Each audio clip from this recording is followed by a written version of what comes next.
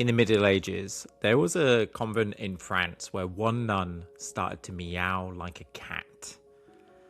Yes, I'm not joking, but that wasn't the strangest part. The strangest part was that other nuns started to actually join in. Eventually, the whole convent would meow together for hours and days on end, and villagers nearby were pretty terrified, to be honest. No one could really explain what was happening.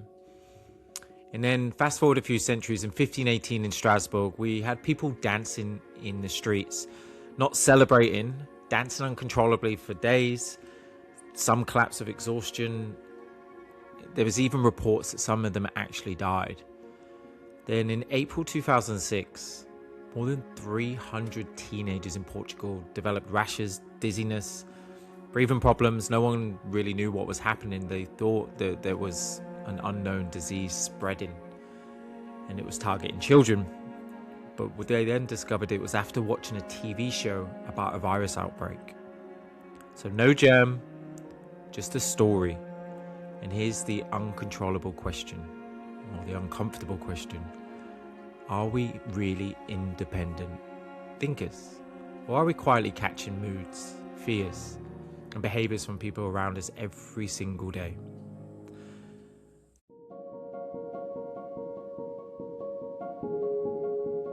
My name is Andrew Nunn, and welcome to the Tiny Shifts podcast. We are on episode number 6. This show is about how the mind really works. Now, this isn't how we wish it worked, sadly, but how it works. And today we're going to talk about social contagion. It's one of the most interesting, I think, topics. I first heard about this years ago, but I read a book recently called The Expectation Effect, and there was a big part of it in that. But we're going to go into it about how emotions can spread, how habits ripple through networks, how expectations can literally change your body, and more importantly, how a tiny shift in what you expose yourself can change what you become, basically. So this is some great stuff. These are some ideas. There's some really wacky topics, but there's also some stuff in here that can really show you that how you can change and the things you can do to change. So what's the problem people get wrong with this? So most of us, I think, we think we're lone wolves. You know, we think our choices are internal, what we eat, how anxious we feel, our moods, whether we invest in something, how optimistic we are about life, where we choose to live, our friends, how happy we are, our mental health. We assume it's coming from the inside, or the decisions that we make on a daily basis. But psychology keeps pointing to something really unsettling, really, to be honest. And a lot of what feels personal is actually social. Researchers talk about two forces. So we've got homophily, which is the birds of feather flock together. So this is the whole idea of you surround yourself who are people are similar to you, have the same likes, and contagion.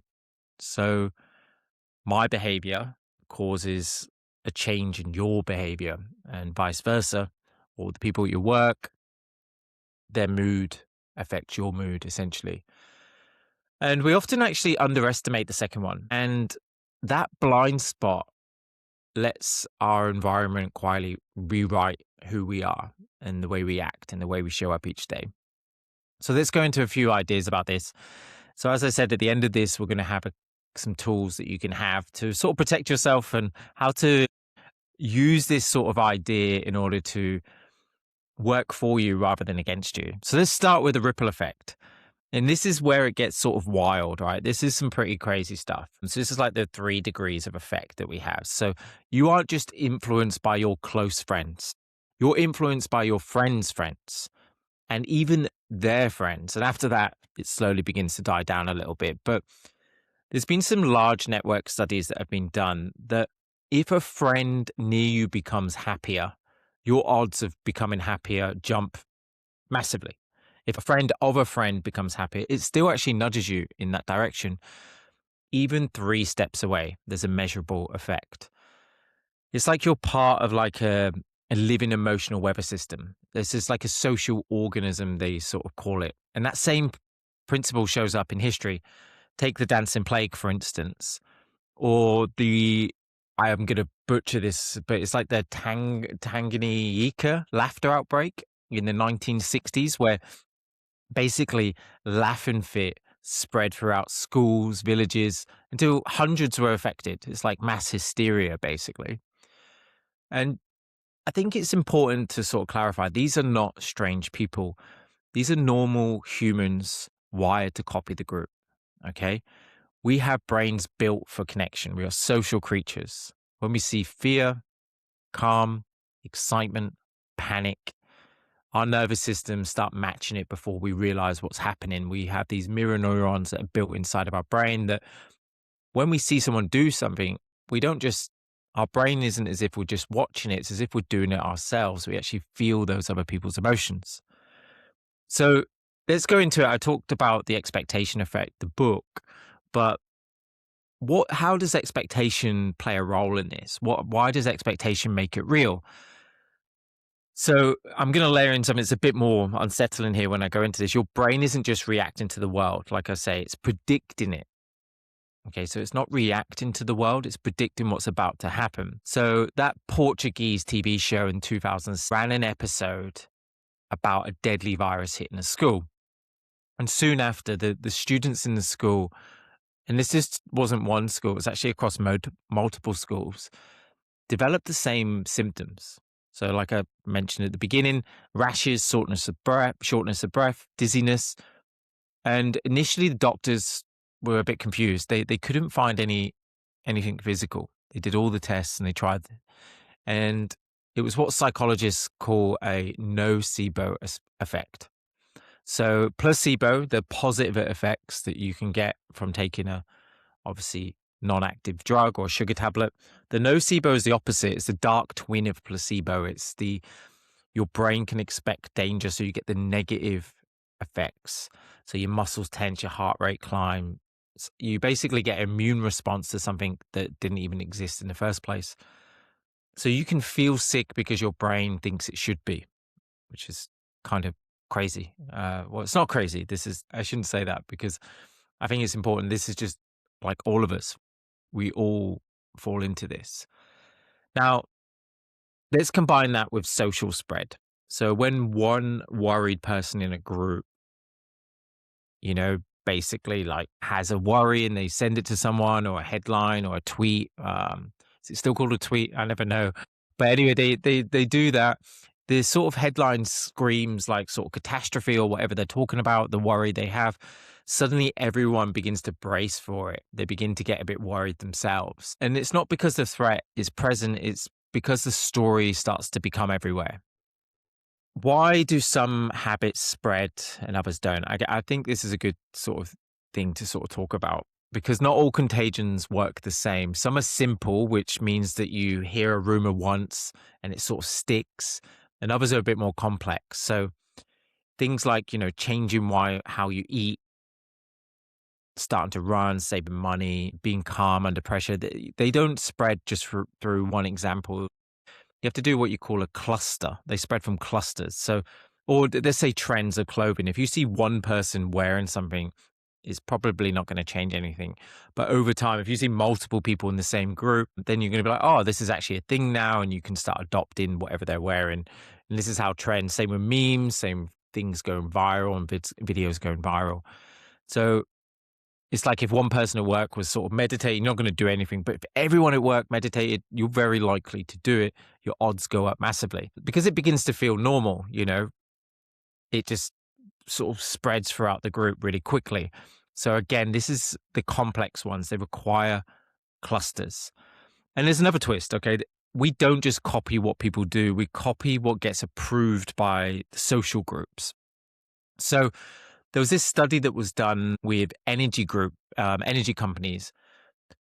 They sent out household reports comparing their usage to the neighbors next to them. And high users dropped their consumption when they saw that the people next door were doing it much less. But here's the interesting part. The low users saw they were beating the average and started actually using more. They started to realize, we can leave the aircon on. So they drifted back to normal. So that's what you call the boomerang effect, essentially.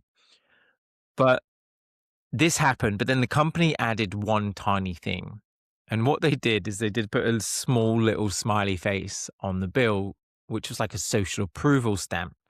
And this little scribble literally stopped them going back up to they were like, okay, well, I'm approved, and they stayed at their low amount. So what can we do with all this information, about social contagion? Well, here's the shift. I call it the input audit. So for 1 week, pay attention to 3 things. First, spot the contagion. So when you feel angry, when you feel some emotion, maybe anxious, you want to buy something, you pause and ask this: where did that feeling come from? Was it a post, a conversation, a headline? Trace it. Just take notice, just take stock to these sort of emotions that you're picking up or things that you're noticing in your environment. Step number 2, create your cluster. So if you want to change something that's hard, don't just rely on one role model.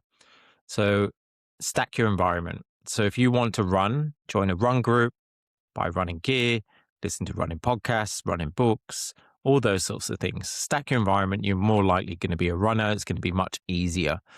Same if you want to go to a gym, or you want to eat healthy, or if you want to stop drinking. Just try and stack your environment as best you can. If you're going to stop drinking or cut down on your drinking, and you're with friends that drink all the time, it's going to be much harder. But if you start going with friends who exercise, start doing sports things, you arrange stuff that doesn't involve alcohol, it's going to be much easier. And it's the same with, if you've got stressful people at group, if you're at work and there's people that are really stressed all the time, then try and separate yourself from them as best as you can. You need to protect your own well-being, because their negativity can spread to you. It's simple as that.